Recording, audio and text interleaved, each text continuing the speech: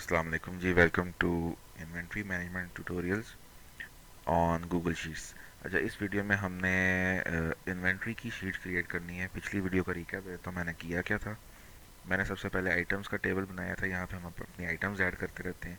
जितनी items add करेंगे सारी अवेलेबल हो जाएंगी फॉर द एंटायर सिस्टम। और यहाँ पे हमारी जो कैटेगरीज थी, बेसिकली सेटिंग्स हमने उसकी क्रिएट कर ली, क्योंकि जो चीज़ें हमारी बार बार यूज़ होनी है, जगह जगह यूज़ होनी है, उसकी हम सेटिंग्स क्रिएट कर लेते हैं। ठीक है, ताकि क्योंकि हमारी यहाँ पे हो सकता है कि 1500 या 2000 आइटम्स क्रिएट हो, तो हम हाथ से तो नहीं हर दफ़ा लिखेंगे, हम ड्रॉप डाउन से सिलेक्ट करना पसंद करेंगे। और ये ड्रॉप डाउन भी ऐसा है कि आप इसके अंदर थोड़ा बहुत लिखें तो ये आपको सर्च करके दे देता है। तो अभी सी से स्टार्ट होने वाले सारे ड्रॉप डाउन दे दिए। अब तक हमने सिर्फ ये किया था, अब हमने करना है इन्वेंटरी क्रिएट करनी है। इन्वेंटरी की शीट क्रिएट करते हैं, इसको शुरू में ले आते हैं। इधर सेटिंग्स हमारी राइट साइड पे जाती रहेंगी और जितनी हमारी जो मेन टैब्स हैं वो शुरू में लेफ्ट साइड पे आती रहेंगी। इन्वेंटरी। अब इन्वेंटरी में सबसे पहली चीज़ तो ज़ाहिर बात है कि वो आइटम ही होगी। जैसे, क्योंकि हमें इन्वेंटरी आइटम के बगैर तो बन ही नहीं सकती। तो अब आइटम हमारे पास है, हमने वहाँ से आइटम्स उठा के लानी है। तो यहाँ पे आप वीडियो पॉज कर रहा हूँ, आप खुद कर लें, बल्कि वीडियो पॉज करके आप सोचें कि यहाँ पे कौन सा फार्मूला लगना चाहिए। गूगल क्वेरी का लगना चाहिए, वी लुकअप लगना चाहिए कि यूनिक। मकसद क्या है, करना क्या है कि यहाँ पे जितनी आइटम्स ऐड होती जाएंगी हु बहू यूनिकली वो यहाँ पे डिस्प्ले होती जाएंगी इन्वेंटरी के अंदर। क्योंकि जाहिर बात है कि एक आइटम अगर दो दफ़ा मैंने ऐड की है, वैसे तो होगी नहीं, तो वो यहाँ पे डिस्प्ले हो जाए। तो ये कैसे होगा, ये गूगल क्वेरी से भी हो सकता है और यूनिक से भी हो सकता है। मैं यहाँ पे यूनिक से करूँगा क्योंकि मुझे यूनिक आइटम्स ही चाहिए। अ, अभी आइटम नेम दो दफ़ा आया है, इसलिए क्योंकि मैंने पूरा कॉलम उठा लिया है। मैंने B2 से उठाना है, B2 ऑनवर्ड्स। अच्छा जी, यूनिक आ गई मेरे पास। अच्छा जी, अब मुझे यहाँ पे चाहिए एक चीज़, वो है कि ये स्टॉक में है या नहीं। एक चेक है ये। ठीक है, आने वाले वक्त में इंशाल्लाह कभी इस्तेमाल होगा ये POS के अंदर, लेकिन फ़िलहाल ये एम्प्टी है। तो दूर अंदेशी भी ज़रा हमें दिखानी चाहिए। ये यहाँ पे हम डाटा वैलिडेशन लगाते हैं, चेक बॉक्स। ठीक हो गया, स्टॉक में जो चीज़ें हैं वो स्टॉक में रहेंगी। स्पेस बार बाकी भी आप कर सकते हैं। अच्छा जी, ये तो हमारा हो गया इन्वेंट्री। अच्छा, यहाँ पे अब हमें जो कॉलम्स, हमारे जो बड़े ज़रूरी कॉलम्स हैं वो हैं टोटल स्टॉक, जो भी कह सकते हैं आप, टोटल स्टॉक परचेज कह लें, मर्जी है आपकी। स्टॉक सोल्ड, सोल्ड स्टॉक कह लेते हैं, और करंट स्टॉक। अब हमने इसके अंदर फॉर्मूले तैयार करने हैं, बाद में उसको ऑटोमेट कर लेंगे। ठीक है, टोटल स्टॉक फॉर एग्जांपल मैं इन्वेंट्री में यहाँ पे लिखता हूँ कि जी मैं सारी गाड़ियाँ 10-10 लाया था, हर चीज़ में 10-10 उठा के ले आया था मार्केट से। ठीक है जी, अब मैं इसको shift down down down down down, control D, copy paste हो गया। अच्छा जी, अब सोल्ड स्टॉक कितने बिक गए, फॉर एग्जांपल 3 ये बिक गए, 7 ये बिक गए, 9 ये बिक गए, बाकी बिके ही नहीं। सिफर सिफर सिफर और सिफर। ठीक है, अब करंट स्टॉक कैसे पता लगेगा। जाहिर बात है कि हम टोटल स्टॉक में से जो बिक गया है उसको माइनस कर देंगे तो बाकी ये रह जाएगा। हम्म, फिलहाल मैं इसको नहीं यूज़ कर रहा। इसी फॉर्मूले को अब हम डाउन कर लेते हैं। अब आप देखेंगे ये प्रॉब्लम फिर आ गया। हम इसको कैसे सॉल्व किया करते हैं। If C2 is equal to खाली, तो ये भी सेल खाली कर दो वरना फार्मूला लगा दो। ठीक है, और जब ये फार्मूला बन गया तो इसको नीचे डाउन करो। ठीक है, और बल्कि मैं क्या कहता हूँ उसको बिल्कुल एंड तक ले जाओ, control shift down, control D. ठीक है, अब ये फार्मूला बिल्कुल नीचे तक लग गया डायनामिकली। ले जी, इन्वेंट्री शीट का वो हमारे स्टॉक वैल्यूज जो हैं वो आ गई हैं, क्वांटिटीज़ कितना था, कितना इस्तेमाल हो गया, कितना रह गया। अब इनकी हमें प्राइसिंग चाहिए। फॉर एग्जांपल इन्हीं को उठाते हैं, इनके आगे हम इनका नाम मॉडिफाई कर देते हैं, total stock price, sold stock price, कितने का बिक गया टोटल माल, और अभी कितने का हमारे पास पड़ा हुआ है। ठीक हो गया। अब प्राइसिंग कैसे आएगी, सवाल ये है। इसको ज़रा हम, ठीक हो गया। प्राइसिंग कहाँ से आएगी? प्राइसिंग ना हमने यूजुअली सॉफ्टवेयर क्या करवाते हैं, वो आइटम्स के अंदर ही प्राइस रखवाते हैं। ठीक है, लेकिन मैं यहाँ नहीं रखना चाह रहा, मैं परचेजेस का कॉलम बनाना चाह रहा हूँ। तो वहाँ से मैं इसको हैंडल करना चाह रहा हूँ, तो वहाँ से ही प्राइसिंग आएगी हमारी। तो वो बनाते हैं जल्दी से हम। प्राइसिंग परचेजेस, परचेजेस की शीट में हमारी सारी परचेजेस होंगी कि हमने क्या क्या परचेज़ किया। सबसे पहले डेट आएगी क्योंकि हमने किस डेट पे ख़रीदा और क्या ख़रीदा, और कितने का ख़रीदा, एक आइटम कितने की है। इसको बल्कि हम बाद में लिख देते हैं, पहले देखते हैं कितना ख़रीदा,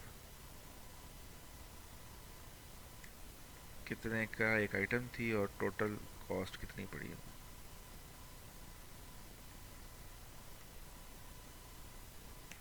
ठीक हो गया जी, बस ये इतनी चीज़ें चाहिए होती हैं, ज़्यादा कुछ नहीं चाहिए। अच्छा जी, यहाँ पे हम वैलिडेशन लगाते हैं डेट की।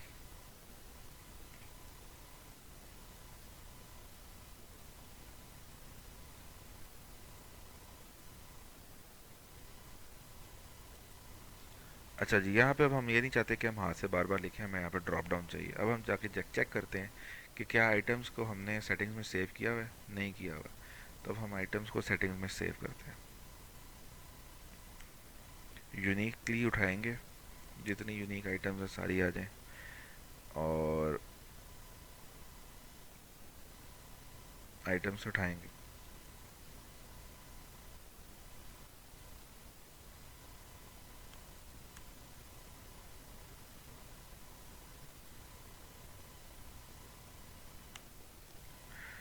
ठीक हो गया जी, आइटम्स आ गई। अब ये वो चीज़ है जो मैं कह रहा था, आइटम बेस्ड, परचेज बेस्ड नहीं। हमारे परचेज से कॉलम में आइटम्स से सारा डाटा आएगा।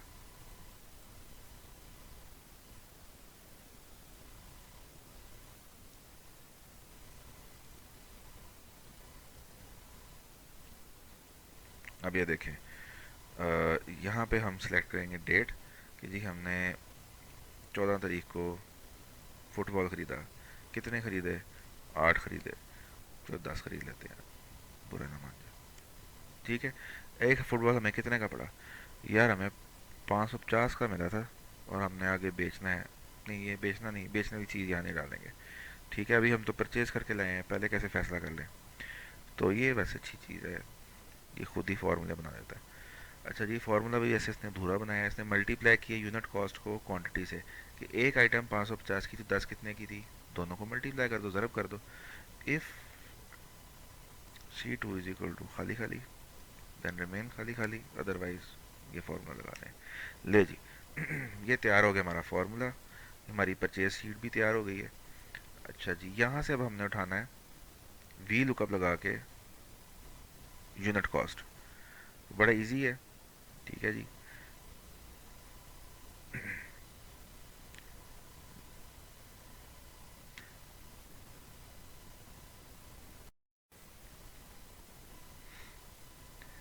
सबसे पहले हम यहाँ पे टोटल स्टॉक प्राइस लानी है।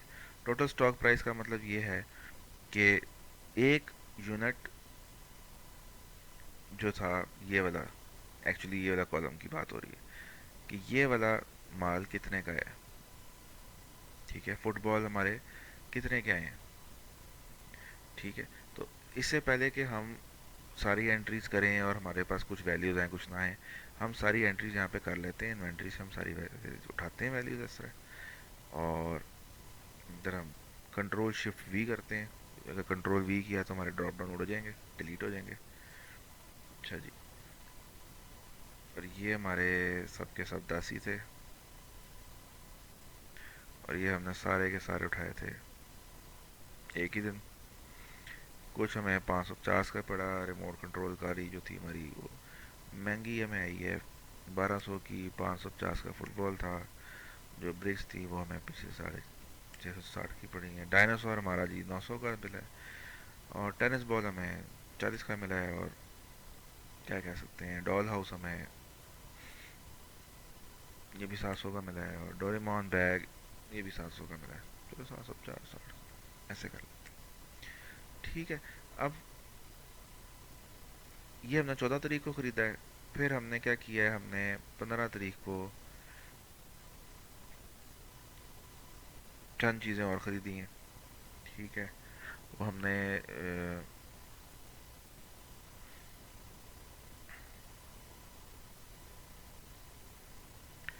ये सब चीज़ें दोबारा ख़रीदी हैं, और सब की पांच पांच चीज़ें आइटम्स हमने और उठा ली। ठीक है, just to make this little bit more dense, ज़्यादा अच्छी एग्जांपल बन जाएगी अगर हम ये सारा काम कर लेते हैं। अच्छा, अभी आप देखें जी, एक चीज़ दो दो दफ़ा रिपीट हो रही है। टॉय ब्रिक्स एक हमने 14 तारीख को ख़रीदे, फिर हमने कब ख़रीदे, 15 तारीख को। ठीक है। अब हमने देखना है कि भाई टॉय ब्रिक्स टोटल हमने कितनी उठाई है, टोटल कितनी बनती हैं। ये 3300 ये वाले, 6600 ये वाले, तो टोटल होना चाहिए 9900।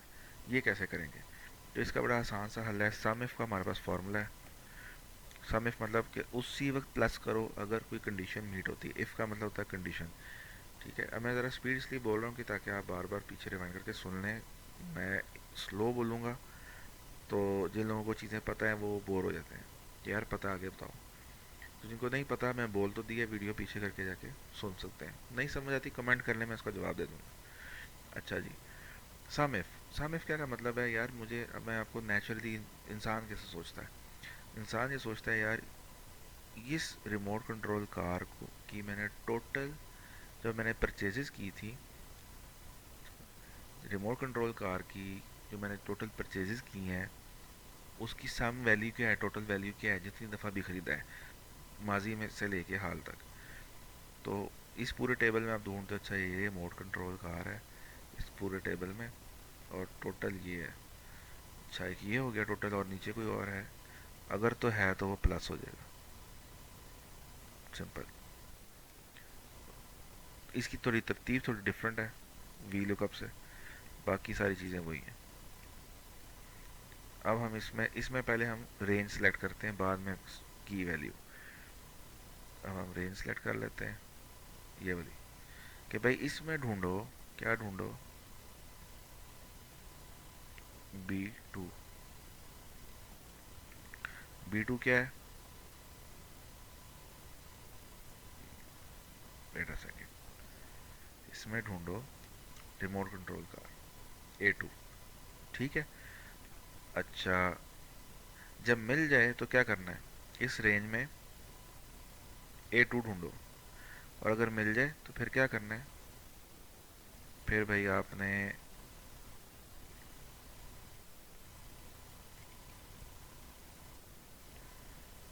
इसको प्लस कर देना। ठीक है, 12,000 आ गया। मज़ा नहीं आया होना आपको, क्योंकि 12,000 लिखा हुआ उधर भी इधर भी, कोई ख़ास चीज़ तो हुई नहीं है। अब हम क्या करते हैं, हम इसको नीचे तक ड्रैग करते हैं। ये देखें 9900, टॉय ब्रिक्स 9900, पहले 6600 की आई थी, फिर 300 की आई थी, 33, 9900 प्लस हो गया, क्योंकि टॉय ब्रिक्स हमने दो दफ़ा ख़रीदी हैं। ठीक है। एक दफ़ा ये और एक दफ़ा ये, तो बाकी सारी वैल्यूज़ भी इसी तरीके से प्लस हो गई हैं। अच्छा, इसके अंदर भी हम वो कंडीशन डाल देते हैं कि अगर जी भाईजान A2 खाली खाली,